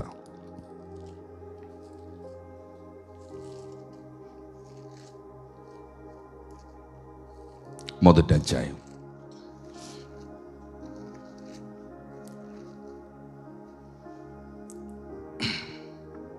3వ వాక్యం నుండి. కలిగి ఉన్నది ఏదియు ఆయన లేకుండా కలగలేదు. ఆయనలో జీవముండెను, ఆ జీవము మనుష్యులకు వెలుగయుండెను. ఆ వెలుగు చీకటిలో ప్రకాశించుచున్నది కానీ చీకటి దాన్ని గ్రహించకుండెను. దేవుని యొద్ద నుండి పంపబడిన ఒక మనుషుడుండెను, అతని పేరు యోహాను. అతని మూలముగా అందరూ విశ్వసించినట్లు అతడు ఆ వెలుగును గురించి సాక్ష్యమిచ్చుటకు సాక్షిగా వచ్చెను. అతడు ఆ వెలుగై ఉండలేదు కానీ వెలుగును గురించి సాక్ష్యమిచ్చుటకు అతడు వచ్చెను. నిజమైన వెలుగుండెను, అది లోకములోనికి వచ్చుచు ప్రతి మనుషుణ్ణి వెలిగించుచున్నది. చేతుల పైకి ఎత్తి ఒకసారి మంచిగా దేవునికి స్తోత్రం చెప్తారండి. హల్లెలూయా, హల్లెలూయా. ఇక్కడ రాయబడిన మాటను బట్టి యేసుక్రీస్తు ప్రభు ఏమై ఉన్నారంటే ఆయన నిజమైన వెలుగై ఉన్నారు. భూమి మీద ఉన్న ప్రతి మనిషి చీకటిలో ఉన్నాడు. లూకాసు సువార్తలో అదే ఉంటుంది. చీకటిలోను మరణ ఛాయలోను కూర్చున్న వారికి దేవుడు అరుణోదయమును అనుగ్రహించెను. మనుషులు ఎక్కడున్నారంటే చీకటిలో ఉన్నారు, అంధకారములో ఉన్నారు. యేసు ప్రభు ఏమై ఉన్నారంటే నిజమైన వెలుగై ఉన్నారు. ఆయన లోకానికి వెలుగు, మనుషులకి వెలుగు. ఈ నిజమైన వెలుగై ఉన్న యేసుక్రీస్తు ప్రభు లోకములోనికి వస్తూ, అంటే ప్రతి వ్యక్తి దగ్గరికి వస్తూ ఆయన ఏం చేస్తున్నారంటే ప్రతి వ్యక్తిని కూడా వెలిగిస్తూ ఉన్నారు. హల్లెలూయా. చీకట్లో ఉన్న ప్రజలకి ఆయన తన వెలుగునిచ్చి మనుషుల్ని వెలిగిస్తున్నాడు. ఆయన ప్రతి మనిషిని వెలిగించడానికి ప్రభు అయిన యేసుక్రీస్తు వారు నిజమైన వెలుగై ఉన్నారు. ఆయనలో జీవం ఉంది, ఆయనలో వెలుగుంది. ఆయన ప్రతి మనిషిని కూడా వెలిగించే నిజమైన వెలుగై ఉన్నారు. యేసుక్రీస్తు దగ్గరికి వచ్చినప్పుడు ఆ వ్యక్తి జీవితం వెలిగించబడుతుంది. హల్లెలూయా. అయితే ఇక్కడ రాయబడిన మాట ఏంటంటే చీకటి దాన్ని గ్రహించలేకపోతుంది, అంటే మనుషులు దాన్ని గ్రహించలేకపోతున్నారు. యేసుక్రీస్తు ప్రభు వెలుగై ఉన్నారని, ఆయన లోకంలో ప్రకాశిస్తూ ప్రతి వ్యక్తిని వెలిగిస్తున్నారని ప్రజలు దాన్ని గ్రహించలేకపోతున్నారు. మతాన్ని స్థాపించడానికి యేసుక్రీస్తు ప్రభు ఈ లోకంలోనికి రాలేదంట. ఆయన ప్రతి వ్యక్తిని వెలిగించడానికి వెలుగుగా ఈ లోకంలోనికి వచ్చాడు. యేసు ఎవరు అంటే నిజమైన వెలుగు. హల్లెలూయా. మనుషులకి వెలుగు కావాలి. ఇప్పుడు మొత్తం లైట్లు ఆరిపితే ఈ మొక్కలు ఎలా ఉంటాయి చెప్పండి అమ్మా? అసలు వెలుగు లేకపోతే మనిషికి సంతోషం ఉంటుందా? యేసు ప్రభు నిజమైన వెలుగు, ప్రతి జీవితాన్ని వెలిగించే నిజమైన వెలుగు యేసుక్రీస్తు ప్రభు. మతబోధకుడు కాదు, మతాన్ని స్థాపించడానికి రాలేదు, జీవితాల్ని వెలిగించడానికి వచ్చాడు ఆయన. ఆయన నిజమైన వెలుగైన దేవుడు. హల్లెలూయా, హల్లెలూయా. యేసు ఎవరు? ఆయన సృష్టికర్త అయిన దేవుడు. ప్రతి వ్యక్తిని ప్రేమించి ప్రజల కొరకు ప్రాణం పెట్టిన దేవుడు. ప్రతి వ్యక్తిని వెతుక్కుంటూ వస్తూ చీకట్లో కూర్చున్న ప్రతి వ్యక్తి దగ్గరికి, మనుషులు ఆయన దగ్గరికి రాకపోయినా ఆయనే ప్రతి వ్యక్తిని వెతుక్కుంటూ వచ్చి ఆ చీకటిలోను మరణ ఛాయలోను కూర్చున్న వారిని వెలిగిస్తున్న వెలుగై ఉన్న దేవుడు ఆయన. హల్లెలూయా, హల్లెలూయా. ప్రజలకి యేసు ఎవరో అర్థం కాక ఆయన తక్కువ కులస్తులు దేవుడు, వేరే మతానికి సంబంధించినటువంటి దేవుడు, వేరే దేశానికి సంబంధించినటువంటి దేవుడు లేదు, లేదు. యేసుక్రీస్తు అందరికీ ప్రభు అయిన, అందరినీ ప్రేమించే దేవుడు, అందరినీ సృష్టించిన దేవుడు, అందరినీ వెలిగించే దేవుడు. హల్లెలూయా, హల్లెలూయా. యేసుకు వెలుపల అనేక మంది జీవితాలు చీకట్లో ఉన్నాయి. ఆ జీవితాలను యేసు ప్రభు ఏం చేస్తున్నారంటే వెలిగిస్తున్నారు. నేటికి కూడా ఈ నిజమైన వెలుగై ఉన్న యేసుక్రీస్తు ప్రభు లోకంలో సంచరిస్తూ ఉన్నారు. ప్రతి పట్టణానికి, ప్రతి ప్రాంతానికి, ప్రతి వ్యక్తి దగ్గరికి వెలుగు వెళ్తూ ఉంది. ఎందుకో తెలిసినా ఆ ఆరిపోయి చీకట్లో మరణములో ఉన్న ఆ జీవితాన్ని వెలిగించడానికి. హల్లెలూయా. ఈ రాత్రి ఈ వెలుగు నిన్ను కూడా వెలిగిస్తుంది. ఈ రాత్రి వెలుగు ఈ ప్రాంతాన్ని కూడా వెలిగిస్తుంది. హల్లెలూయా. మీకు అర్థమవుతుందండి? యేసు ప్రభు నిజంగా ఎంత గొప్ప దేవుడు, ఎంత ప్రేమ కలిగిన దేవుడు, ఎంత మంచి దేవుడు. ఎవరైనా అలాంటి వారు ఉన్నారా?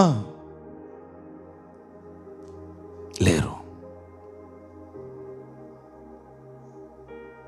లేరు. చూడండి, ఈరోజు యేసుక్రీస్తు ప్రభు గురించి ప్రకటిస్తూ ఆయన సేవ చేస్తున్నటువంటి నేను, నా పేరు శ్యామ్ కుమార్. అయితే నేను ప్రభుని అంగీకరించక ముందు నన్ను బాబీ అని పిలిచేవారు. నేను కాకినాడలో పుట్టి పెరిగాను, ఐదవ కుటుంబంలో పుట్టి పెరిగాను. మా తల్లిదండ్రులు ఇరు కుటుంబాలకి కూడా యేసుక్రీస్తు ప్రభు ఎవరో తెలియదు. భయంకరమైన విగ్రహారాధన చేసే కుటుంబం మా కుటుంబం. మాకంటూ కులదేవతలు ఉన్నాయి. తరతరాల నుంచి భయంకరంగా విగ్రహారాధన చేసే కుటుంబంలో నేను పుట్టి పెరిగాను. నేను, నాతో పాటు 2 చెల్లెళ్ళు. మా నాన్నగారికి కానీ మా అమ్మగారికి కానీ ఇరు కుటుంబాలకి కానీ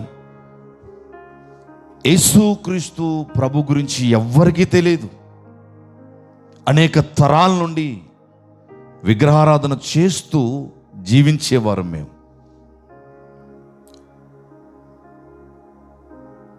బాల్య దినాల్లో నేను చదువుకోవడానికి గవర్నమెంట్ స్కూల్కి వెళ్ళేటప్పుడు, గవర్నమెంట్ స్కూల్లో నాకు చదువు సరిగ్గా రావట్లేదని నేను 2వ తరగతి చదివేటప్పుడు నన్ను స్కూల్ మానిపించారు.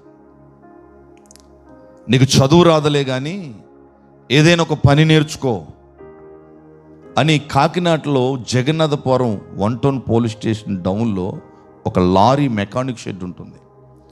ఆ మెకానిక్ షెడ్లో మెకానిక్ పని నేర్చుకోవడానికి నన్ను పెట్టారు. నా వయసు అప్పుడు 7వ సంవత్సరం.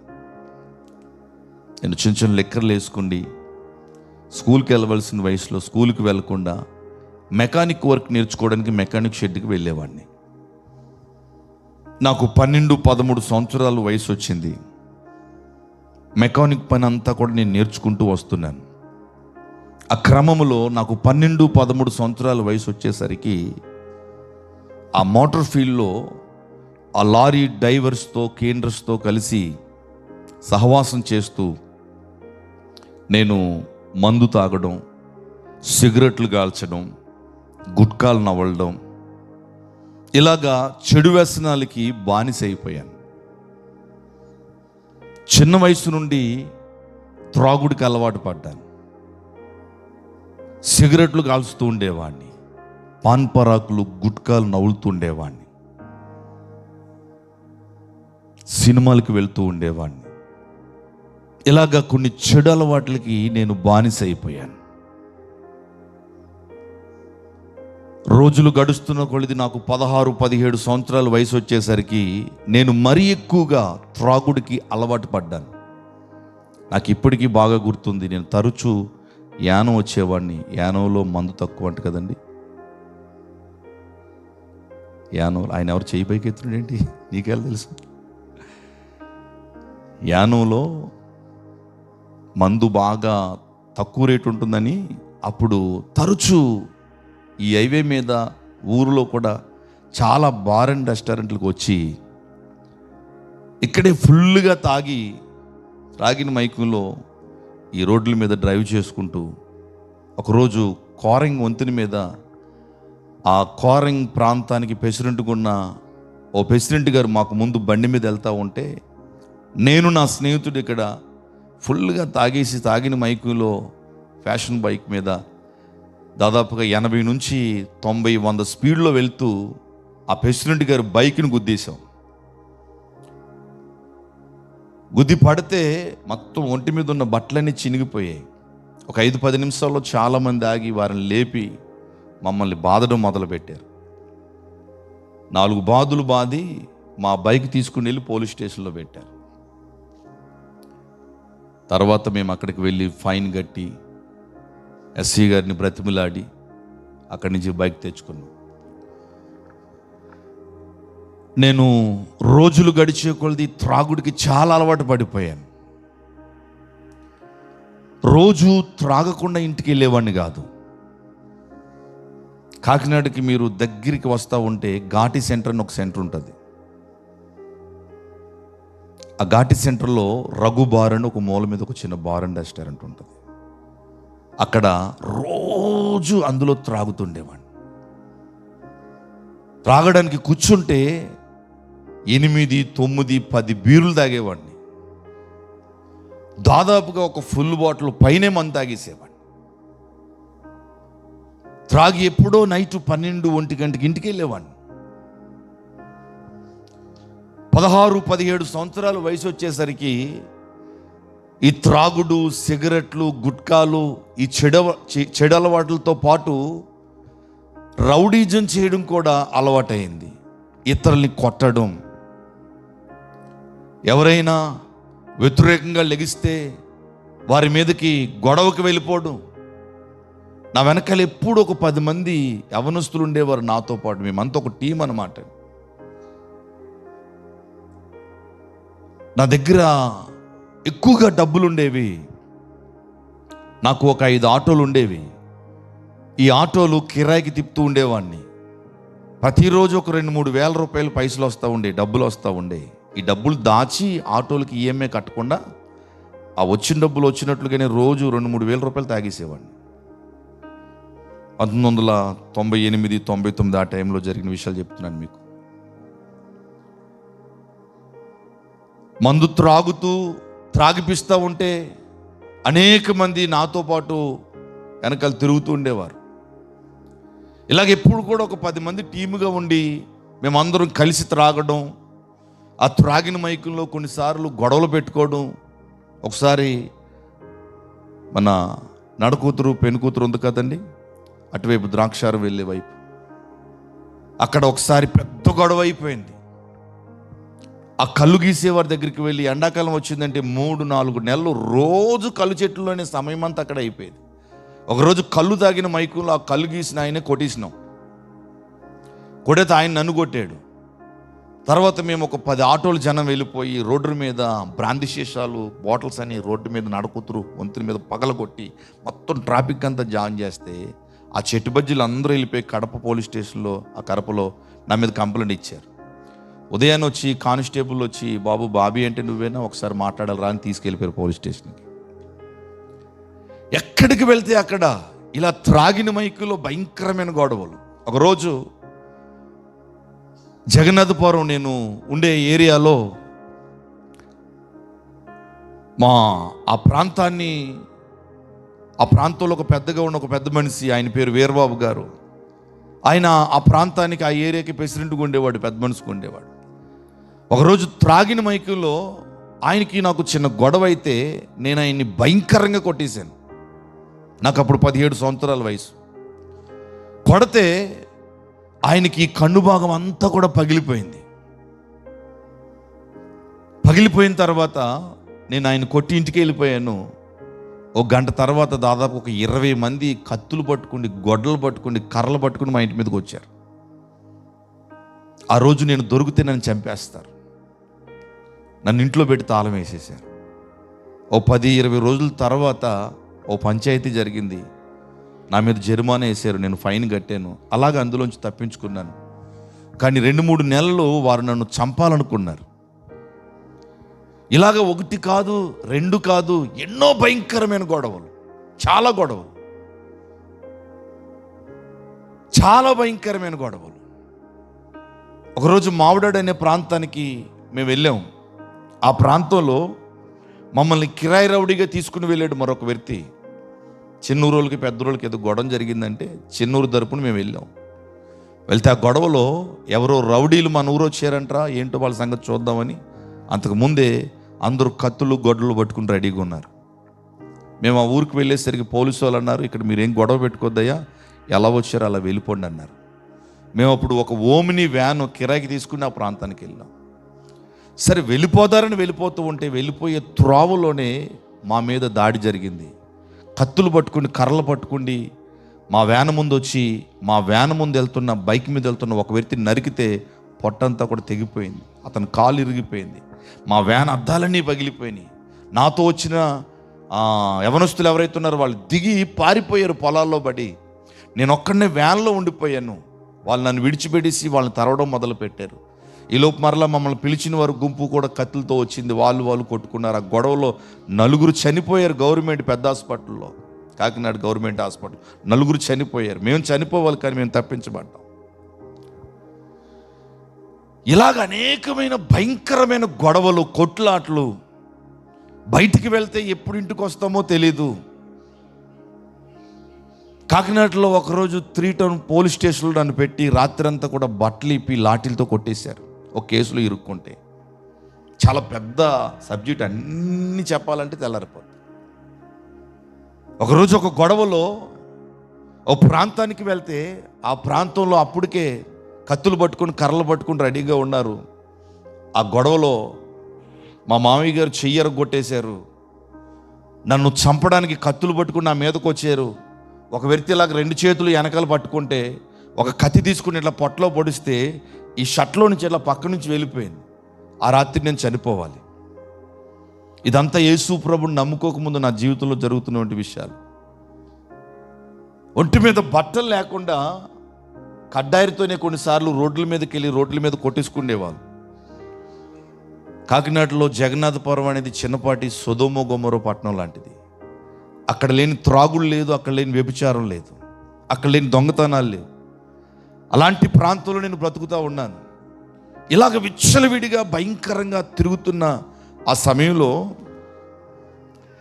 మా ఇంట్లో మా అమ్మగారు ఏం చేసిందంటే, వీడికి వివాహం చేస్తే, పెళ్లి చేస్తే వీడు సెట్ అయిపోతాడు. అందరూ అంటారు కదండి, ముక్కుకు దాడేస్తే అయిపోతుంది. అట్లా పెళ్లి చేస్తే వీడి జీవితంలో మార్పు వస్తుంది అనుకోండి. మా అమ్మగారు నాకు వివాహం చేసే 2004 సంవత్సరం. అప్పుడు నా వయసు 19 సంవత్సరాలు. 2004 సంవత్సరం నవంబర్ 27వ తారీఖు నాకు వివాహం జరిగింది. అందరూ అనుకున్నారు ఇక పెళ్ళి అయింది కాబట్టి ఒంటరిగా ఉంటే తొంటరుడు అయిపోతాడు. ఇప్పుడు ఈ ఒంటరిని కాస్త ఏం చేశారు, పెళ్లి చేశారు కాబట్టి ఇక నిదానంగానే ఉంటాడులే, తాగడలేమ్మా, గొడవలకు వెళ్ళడు, చికాకులు చేయడు, ఈ పోలీస్ స్టేషన్లు ఈ గొడవ ఆ గొడవ అని తిరగడలే. ఒకరోజు పోలీస్ స్టేషన్లో పెట్టి లాఠీలతో పోలీసులను కొడతా ఉంటే మా అమ్మగారు రాత్రంతా పోలీస్ స్టేషన్ మెట్ల మీద కూర్చుని ఏడ్చింది. అమ్మ వీడు బాగుపడతాడులే, ఏం కంగారు పడద్దు అని అన్నారు అందరూ కూడా.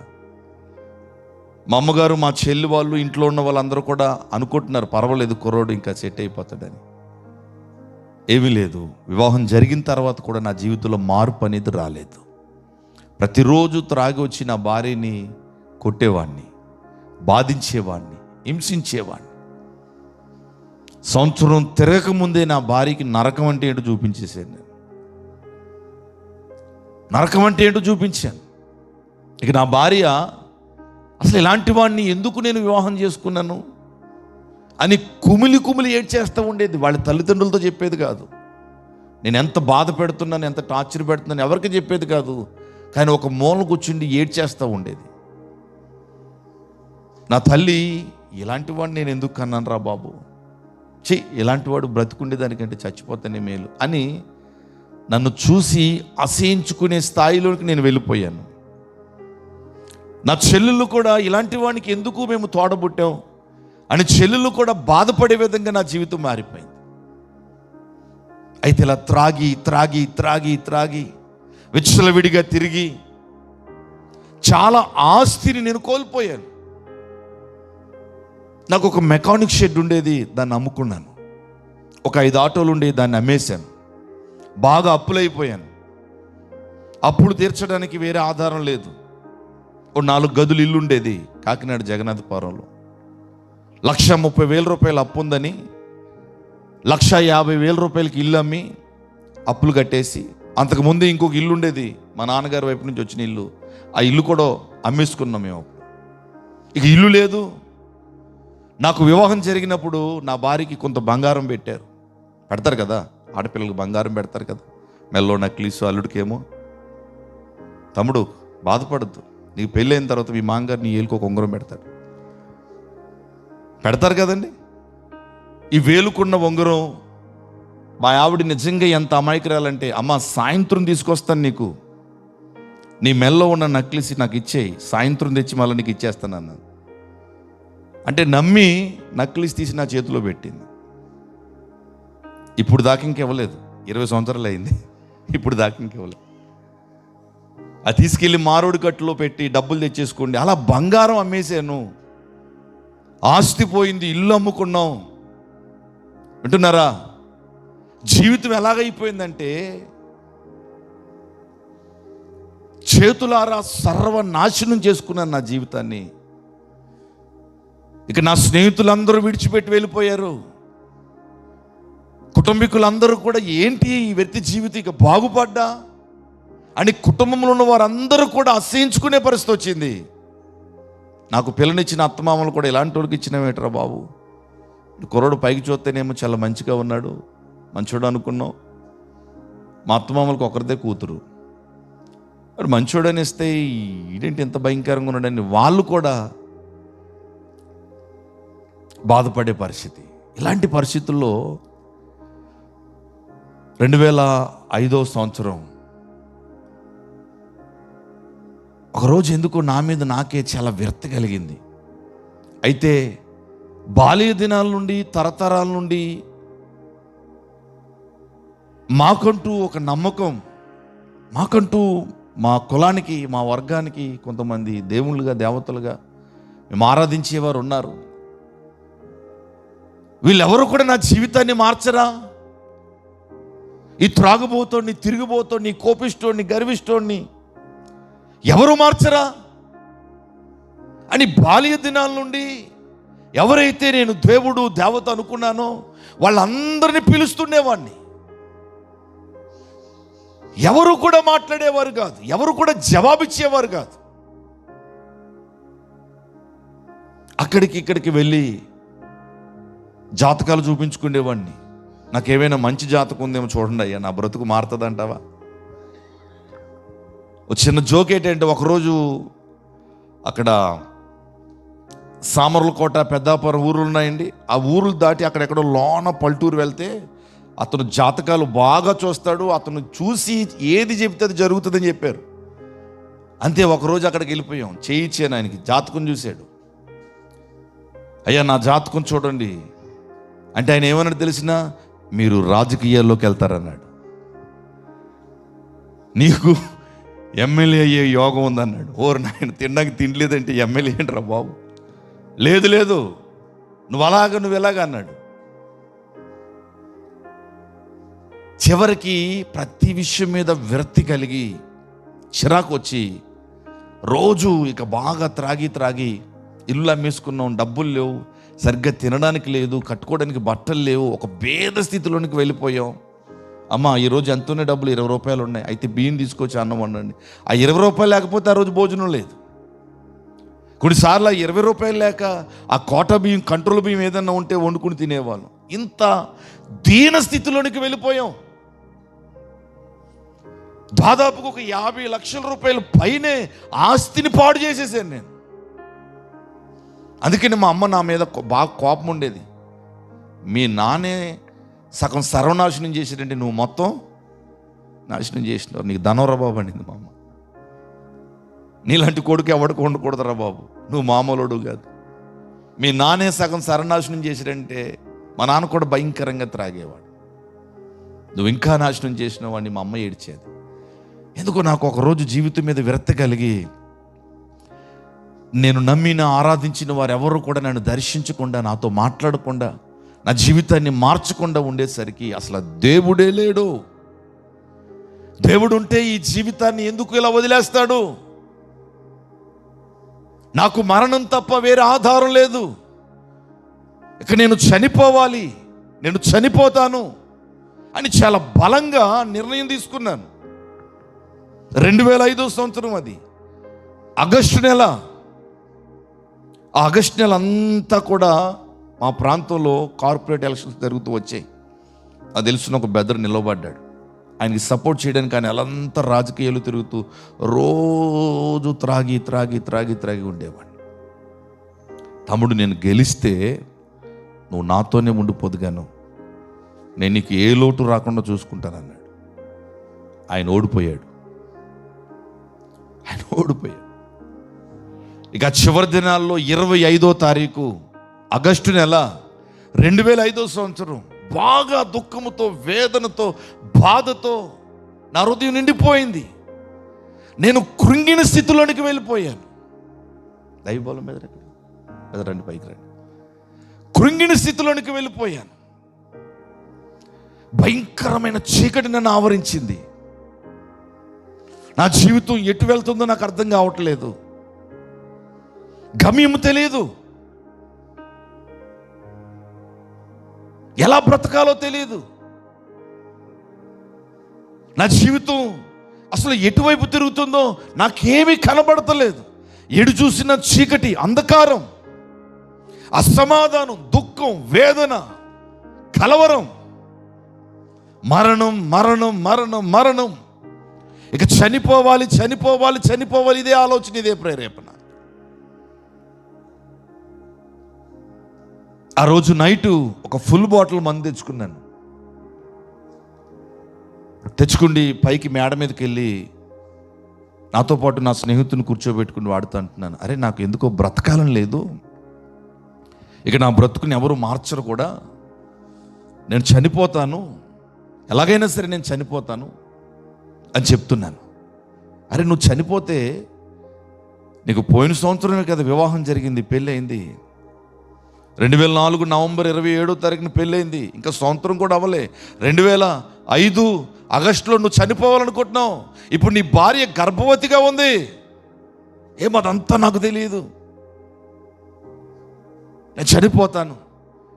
అరే పెళ్లి చేయవలసిన 2 చెల్లెలు ఇంట్లో ఉన్నారు, వాళ్ళ పరిస్థితి ఏంటి? అదంతా నాకు అనవసరం, నేను చనిపోతాను. చనిపోవాలనే ప్రేరేపణతో నేనున్నానండి. ఆ రోజు రాత్రి 12 అవుతుంది. ఉంటున్నారా తల్లి? అర్ధరాత్రి 12 గంటలకి మందు తాగుతూ నా స్నేహితుడితో ఈ మాటలు చెప్తున్నాను, నేను ఎలాగైనా చనిపోతాను, నన్ను ఎవరు కూడా బాగు చేసేవారు లేరు. బాగుపడాలని ఉంది, కానీ బాగు చేసేవాళ్ళు ఎవరు లేరు. ఎందుకో రాత్రి బాగా దుఃఖం వచ్చింది, ఏడుస్తున్నాను. ఆ మందు తాగుతూనే ఏడుస్తున్నాను. మధ్యరాత్రి 12 గంటలకి ఓ దైవజనుడు ప్రార్థన చేసుకుంటున్నాడు. ప్రార్థన చేసుకుంటూ ఉంటే అతనితో దేవుడు చెప్తున్నాడు, ఓ ప్రాంతంలో ఒక యవ్వనస్తుడు ఉన్నాడు, చాలా నిరాశలో ఉన్నాడు, దుఃఖములో ఉన్నాడు, చీకట్లో వేదనలో ఉన్నాడు, చనిపోవాలనుకుంటున్నాడు. నేను అతన్ని ప్రేమిస్తున్నాను, నేను అతన్ని రక్షిస్తాను, నేను అతనికి సహాయం చేస్తాను. ఈ రాత్రి నువ్వు అతని దగ్గరికి వెళ్ళి నా ప్రేమను ప్రకటించు అని ఒక దైవజనుడు ప్రార్థన చేసుకుంటూ ఉంటే, దేవుడు, ఆ దేవుడేనండి యేసుక్రీస్తు ప్రభు చెప్తున్నాడు. ఎందుకంటే మాట్లాడే దేవుడు కదా, జీవితాల్ని చూసే దేవుడు కదా. ఆ చీకట్లో ఉన్న ప్రతి మనిషి దగ్గరికి వచ్చే దేవుడు కదా. లోకం, కుటుంబం, భార్య, కన్నతల్లి కూడా దుర్మార్గుడని వెలివేసినప్పుడు ఈ దుర్మార్గుడిని ప్రేమించిన దేవుడు కదా ఆయన. రాత్రి ఆ దైవజనుడికి చెబుతూ ఉంటే ఆ దైవజనుడు ఆ దేవుని మాటకి లోబడ్డాడు. మధ్యరాత్రి 12 గంటలకు ఎవరు వస్తారు? ఆయన అలా నేరుగా నడుచుకుంటూ నేనున్న ప్రాంతానికి వచ్చి, నేనున్న బిల్డింగ్ పైకి వచ్చాడు. అయ్యా ఎవరు మీరు? బాబు నేను పాస్టర్ గారిని. అవును, ఎందుకు వచ్చారండి? నీతో 2 నిమిషాలు మాట్లాడాలి. వెంటనే ఆ మందు గ్లాస్, ఆ ఫుల్ బాటిల్ మందు సగం పైన అయిపోయింది దాదాపుగా. ఆ మిగిలిన మందు నేను వెనకాల పెట్టుకున్నాను. ఆయన వచ్చాడు నా ముందుకి, నా భుజం మీద చెయ్యేశాడు. ఆయన చెప్తా ఉన్నాడు, ఒకే ఒక్క మాట ఈ జీవితాన్ని ఎలా నిలవబెట్టింది. ఆయన చెప్పిన మాట ఒకటే, యేసు ప్రభు నిన్ను ప్రేమిస్తున్నాడు, నిన్ను ప్రేమిస్తున్నాడు. ఒకే ఒక్క మాట. నా ప్రశ్న ఏంటంటే, ఈ త్రాగుబోతోడిని, ఈ తిరుగుబోతోడిని, ఈ గర్విష్టోడిని, ఈ కోపిష్టోడిని, ఈ దుర్మార్గుడిని యేసు ప్రభు ప్రేమిస్తున్నాడా?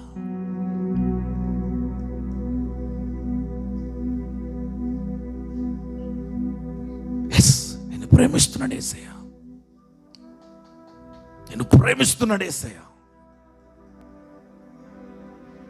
ఆయన నిన్ను రక్షిస్తాడు, నీకు శ్రేష్టమైన జీవితాన్ని ఇస్తాడు. ఒక్కసారి యేసు ప్రభు దగ్గరికి వస్తావా? యేసు క్రీస్తు ప్రభునందు విశ్వాసం ఉంచుతావా?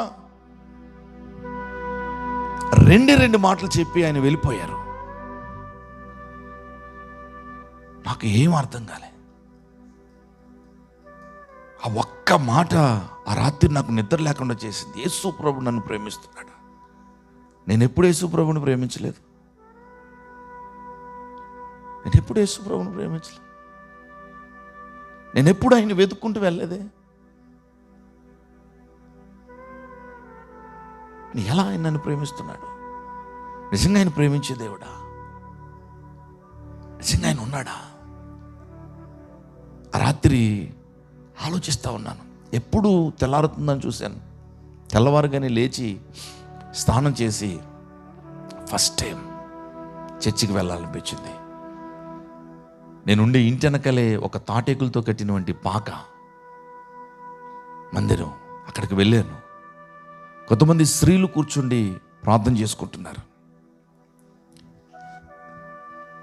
నేను ఆ వెనకాల కూర్చుండి మనసులో అనుకుంటున్నాను, యేసు నిజంగా నువ్వు దేవుడువా? నిజంగా నువ్వు దేవుడు అయితే మరి నాకు కనిపిస్తావా? నాతో మాట్లాడతావా? నన్ను మారుస్తావా? ఒకవేళ నిజంగా నువ్వు దేవుడు అయితే ఇప్పుడు నాకు కనిపించు, నాతో మాట్లాడు, నన్ను మార్చు. అప్పుడు నేను నమ్ముకుంటాను, నీ గురించి అనేక మందికి చెప్తాను. అది ప్రార్థన విన్నపమా ఏంటో నాకు తెలియదు, మనసులో అనుకుంటున్నాను. అలా అనుకుంటూ ఉండగానే ఒక పెద్ద వెలుగు నేనున్న స్థలమంతా కూడా నిండిపోయింది. వెలుగుతో నేనున్న స్థలమంతా నిండిపోయింది. ఎటు చూసినా వెలుగే కనిపిస్తూ ఉంది. ఆ వెలుగులో నాకు ముందు ఒక వ్యక్తి తెల్లటి వస్త్రాలు వేసుకుని నిలవబడ్డాడు. ఆయన కాళ్ళకి గాయాలున్నాయి, ఆయన చేతులకి గాయాలున్నాయి. ఆయన వస్త్రాలు తెల్లటి వస్త్రాలు. ఎవరైనా ఇంతకుముందు ఎప్పుడు నేను చూడలేదు ఆయన్ని. ఆయన చూడ్డానికి నా తల అలా పైకెత్తి ఆయన ముఖాన్ని చూడడానికి నేను ప్రయత్నం చేశాను. ఆయన ముఖాన్ని చూసినప్పుడు ఆయన ముఖం సూర్యునిలాగా ప్రకాశిస్తూ ఉంది. అది ఏ రూపం నేను చెప్పలేను, కానీ ప్రకాశిస్తుంది. ఒక్కసారి కోటి సూర్యులు ఒకేసారి ప్రకాశిస్తే ఎంత కాంతివంతంగా ఉంటుందో అలాగా ఆయన ముఖం ప్రకాశిస్తూ ఉంది. ఆ ముఖాన్ని చూడగానే నేను ఆయన పాదాల మీద పడిపోయాను. ఆ ముఖ కాంతిలో నా బాల్య దినాల నుండి నేను చేసిన పాపమంతా కూడా నాకు జ్ఞాపకం వస్తూ ఉంది. నేను పాపిని పాపిని పాపిని అని గుండెలు బాదుకుని ఏడుస్తున్నాను. గంటన్నర సమయం అలా ఏడ్చాను. ఫస్ట్ టైం కళ్ళలోంచి నీళ్ళు వస్తున్నాయి, బాడీ షేక్ అవుతూ ఉంది, చేతులు కాళ్ళు వణుకుతూ ఉన్నాయి. ఏం జరిగిందో నాకు తెలియదు. పాస్టర్ గారు వచ్చారు నా దగ్గరికి. బాబు, ఈరోజు నిన్ను యేసు ప్రభు దర్శించాడు. నువ్వు యేసు క్రీస్తు ప్రభుని చూసావు. ఈరోజు నుంచి త్రాగద్దు. ఈరోజు నుంచి లోకానికి వేరుగా నువ్వు ఉండాలి. ఆ రోజు నుంచే నేను మరలా ఈ చేత్తో మందు గ్లాస్ పట్టుకోలేదండి. ఆ రోజు నుంచి మరలా మందు గ్లాస్ ఈ చేత్తో పట్టుకోలేదు. ఆ రోజే పరిపూర్ణంగా త్రాగుడు నుంచి నాకు విడుదల వచ్చేసింది. నేను కొట్టిన వారందరి దగ్గరికి వెళ్ళి క్షమించమని అడుగుతున్నాను. ఆ జగన్నాథపురం నేనుండే ప్రాంతంలో ఉన్న ప్రజలందరూ కూడా నా మార్పుని గమనిస్తూ ఉన్నారు. ఏం జరిగింది ఈ వ్యక్తికి? ఇతను యేసు ప్రభు నమ్ముకున్నాడంట. యేసు ప్రభు దగ్గరికి వెళ్ళాడంట.